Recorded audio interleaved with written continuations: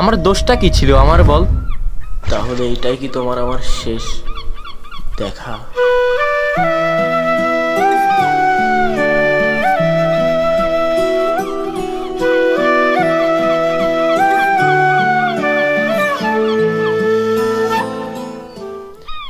লাইফে মাঝে মাঝে এমন কিছু মোমেন্ট আসে না, তখন জাস্ট বুঝতে পারি না নিজের সাথে কি হচ্ছে।